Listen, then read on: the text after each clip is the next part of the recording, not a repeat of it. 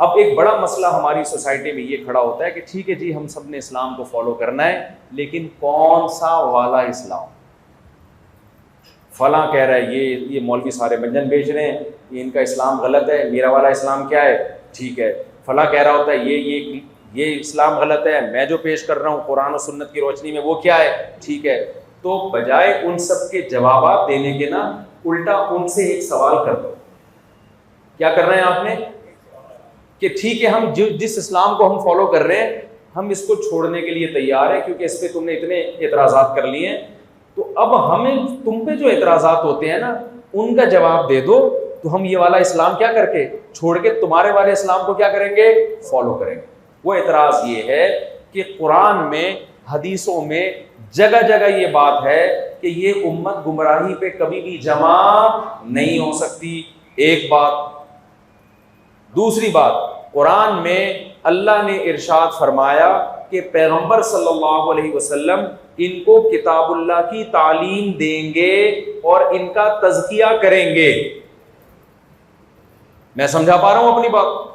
حالانکہ قرآن عربی زبان میں نازل ہوا، لیکن پھر بھی صحابہ کو بتایا جا رہا ہے کہ تم خود سے پورا قرآن نہیں سمجھ سکتے، تمہیں کون سمجھائے گا؟ بولو نا، محمد صلی اللہ علیہ وسلم۔ حالانکہ قرآن کس کی زبان میں نازل ہوا؟ صحابہ کی۔ اب ایک بات مجھے آپ بتاؤ کہ جب صحابہ نبی سے سیکھے بغیر قرآن نہیں سمجھ سکتے تھے تو کیا تابعین براہ راست قرآن سمجھ سکتے تھے صحابہ سے سیکھے بغیر؟ ابے کیا ہو گیا میرے بھائی؟ جب تابعین صحابہ سے سیکھے بغیر قرآن نہیں سیکھ سکتے تھے تو تبع تابعین سے سیکھے بغیر ڈائریکٹ قرآن سمجھ سکتے تھے؟ اتنے بڑے بڑے لوگ ڈائریکٹ قرآن نہیں سمجھ سکتے تھے، ان کو ٹیچرز چاہیے تھے، اپنے سے پہلے والے لوگ۔ اچھا مجھے ایک بات بتاؤ، تبع تابعین نے تابعین سے سیکھا، کسی اور سے نہیں سیکھا۔ کیوں؟ اس لیے کہ تبع تابعین نے جن تابعین سے سیکھا ان کا سیکھا ہوا اس لیے معتبر تھا کہ انہوں نے صحابہ سے سیکھا، اور صحابہ کا سیکھا ہوا اس لیے معتبر تھا کہ انہوں نے پیغمبر سے سیکھا۔ آئی بات سمجھ میں؟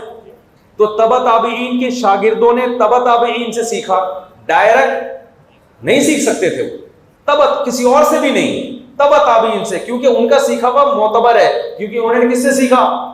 تابعین سے۔ تو یہ سلسلہ تابعین، تبع تابعین، پھر تبع تابعین، پھر ان کے شاگرد، یہ صدیوں سے چلا آ رہا ہے۔ جو اس سلسلے سے ڈسکنیکٹ ہوگا، جیسی مرضی قرآن کی تفسیر پیش کر دے، حدیث کی تفسیر پیش کر دے، جتنے نمبر، ریفرنسز اور حوالے دے دے، اس کا سیکھا ہوا معتبر نہیں ہے۔ لہذا جتنے باطل لوگ ہیں نا جو آپ کو جمہور امت سے ہٹا رہے ہیں، ان سے یہ پوچھ لیا کرو کہ آپ جو یہ تفسیر پیش کر رہے ہو، یہ جو آپ قرآن سکھا رہے ہو، آپ کے ٹیچر کون ہیں؟ آپ نے کس سے سیکھا؟ اگر وہ کہے کہ میں کسی بابے شابے کو نہیں مانتا، میں کسی بزرگ کو نہیں مانتا، تو اس کا مطلب کہ تم صحابہ پہ الزام لگا رہے ہو کہ وہ تو قرآن پیغمبر کے بغیر اور تابعین صحابہ کے بغیر نہیں سمجھ سکتے تھے، یہ کوئی مریخ سے نئی مخلوق آئی ہے جو ڈائریکٹ سمجھے گی قرآن۔ میرا خیال ہے آپ ہی کی سمجھ میں نہیں آ رہا تو باطل فرقوں کی کہاں سمجھ میں آئے گا؟ تو سب سے پہلا کوئی بھی جب بندہ اٹھ کے آیا کرے نا، اس سے بولو بھائی اپنے ٹیچر کا نام بتاؤ، تم نے کس سے پڑھا ہے؟ اگر وہ یہیں پہ آؤٹ ہو جاتا ہے تو جتنے مرضی دلائل لے رہا ہو، اس کی بات سننے کی بولو نہیں، یہ ہو نہیں سکتا کہ خود سے سیکھا ہو۔ اگر وہ اپنے ٹیچر کا نام بتا دیتا ہے تو آپ کہیں یہ ٹیچر کا سے سیکھنا معتبر بھی ہے یا نہیں ہے، اس کے لیے ضروری ہے کہ اس کے ٹیچر کا نام بتاؤ، ورنہ تو کسی سے بھی سیکھ لو آپ۔ ایک آدمی کہتے ہیں میں نے میڈیکل سائنس کتابوں سے نہیں، باقاعدہ ٹیچر نے پڑھائی ہے۔ کون ہے ٹیچر؟ وہ کسی قصائی کے بارے میں بتا رہے ہیں، میں نے اس سے پڑھی ہے میڈیکل سائنس۔ مان لو گے؟ ٹیچر تو ہے مگر وہ معتبر ٹیچر نہیں ہے۔ تو وہ کہے میں نے فلاں سے سیکھا ہے۔ اچھا فلاں نے کس سے سیکھا ہے؟ یہ 2-4 سلسلوں کے بعد جا کے پنچر ہو جاتے ہیں لوگ، کیونکہ نئے نئے فرقے، جماعت المسلمین والے یہ کہا کرتے تھے، بڑے مناظرے ہوتے تھے ہمارے ان سے، اب مارکیٹ سے شارٹ ہو گئے، اللہ کا بڑا فضل۔ وہ کہتے تھے کہ نبی نے فرمایا کہ فرقے جب بہت زیادہ پھیل جائیں گے تو جماعت المسلمین کو فالو کرنا ہے، حنفی، شافعی، مالکی، حنبلی نہیں بننا۔ کس کو فالو کرنا ہے؟ جماعت المسلمین کو۔ لوگ بڑے گمراہ ہو رہے تھے یار، یہ تو کوئی حنفی ہے، کوئی شافی ہے، کوئی مالکی ہے، کوئی حنبلی ہے، اصل تو جماعت المسلمین ہے بھائی، کوئی فرقہ وارانہ نام نہیں ہے۔ میرے ساتھ بیٹھے، میں نے ان سے کہا جماعت المسلمین تو 1975 میں بنی ہے، اس سے پہلے تو یہ رجسٹرڈ ہی نہیں تھی، اس نام کا کوئی فرقہ ہی نہیں تھا، تو اس سے پہلے امت گھاس کھا رہی تھی کیا ہے بھائی؟ کہہ رہے ہیں بھائی نبی نے تو یہ حکم دیا جماعت المسلمین کو۔ میں نے کہا نبی نے جو جماعت بنائی تھی نا مسلمانوں کی، اس کو فالو کرنے کا حکم دیا ہے، یہ جماعت المسلمین تم نے بنائی ہے، یہ نبی کی بنائی ہوئی نہیں ہے۔ اور میں نے کہا یہ جو حنفی، مالکی، شافی، حنبلی ہے، یہ وہی جماعت المسلمین ہے، کیونکہ حدیث کا مطلب یہ نہیں کہ وہ فرقہ جس کا نام جماعت المسلمین ہوگا، حدیث کا مطلب ہے جو عام مسلمان ہیں انہی کو فالو کرنا ہے، ان سے ہٹ کے کوئی نیا فرقہ نہیں بنانا۔ آپ نے نیا فرقہ بھی بنایا اور ظلم یہ کہ اس کا نام جماعت المسلمین کر دیا۔ یہ ایسا ہی ہے جیسے آپ کو میں حکم دوں یا حکومت حکم دے کہ ڈاکو کو پکڑ کے پولیس کے حوالے کرنا ہے، آپ نے پولیس کو پکڑ کے ڈاکو کے حوالے کرنا شروع کر دیا۔ اب آپ سے پوچھنا ہے پولیس کو پکڑ کے ڈاکو کے حوالے کیوں کر رہے ہو؟ آپ کہیں گے جو ڈاکو ہے نا ان کا نام ہے پولیس خان، یہ ڈاکو کا نام کیا ہے؟ تو میں اور حکومت نے کہا کہ پولیس کے حوالے کرو، تو میں کہوں گا بھائی حکومت نے یہ نہیں کہا کہ جس کے ماں باپ نے اس کا نام پولیس خان رکھا ہے اس کے حوالے کرو۔ پولیس کا مطلب جس میں پولیس کے اوصاف پائے جائیں، اور ڈاکو کا مطلب جس میں ڈاکو کے اوصاف پائے جائیں۔ تو جماعت المسلمین کا مطلب جو عامت المسلمین ہو،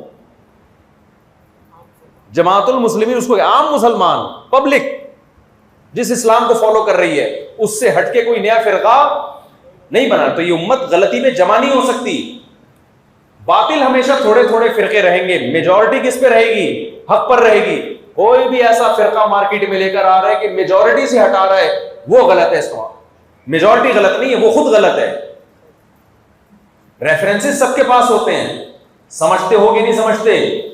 تو اہل حق کے پاس میں بتا سکتا ہوں کہ میں نے کس سے علم حاصل کیا، ان کے استاذ کون تھے، ان کے استاذ کون تھے، اور ایک دو نہیں ہے، یہ صدیوں تک تواتر کے ساتھ سلسلہ جا کے کس سے ملتا ہے؟ محمد صلی اللہ علیہ وسلم سے۔ ہمارے جتنے دینی مدارس ہیں سب کے پاس اپنے سلسلے محمد صلی اللہ علیہ وسلم تک سند متصل کے ساتھ موجود ہیں۔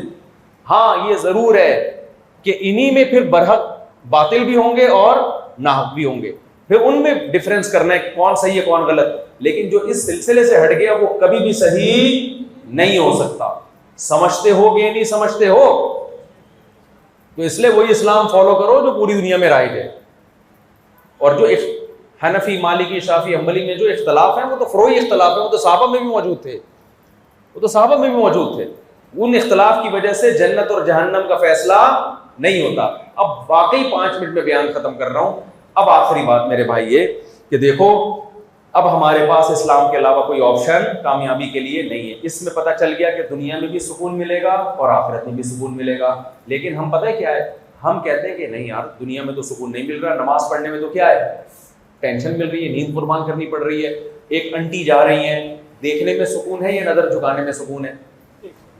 بھائی سکون تو بظاہر دیکھنے میں ہے، نظر جھکانے میں کیا ہے؟ ارے بول لو نا یار، کیوں شرما رہے ہو؟ دیکھنے میں سکون زیادہ ہے، نہ دیکھنے میں کیا ہے؟ مستقل ٹینشن یار، شاید پتہ نہیں کیا ہو یار، نالج میں اضافہ نہیں ہو رہا ہماری۔ ایک آدمی نے کسی سے پوچھا تیری بیوی کیسی ہے، خوبصورت ہے بدصورت ہے؟ تو غصہ آیا کہ تو کیوں پوچھ رہا ہے؟ جنرل نالج کے لیے پوچھ رہا ہوں۔ ایک ٹینشن ہو رہی تھی کہ پتہ نہیں بھابھی کیسی ہے، تو بتا دے گا تو وہ ٹینشن کیا ہو جائے گی۔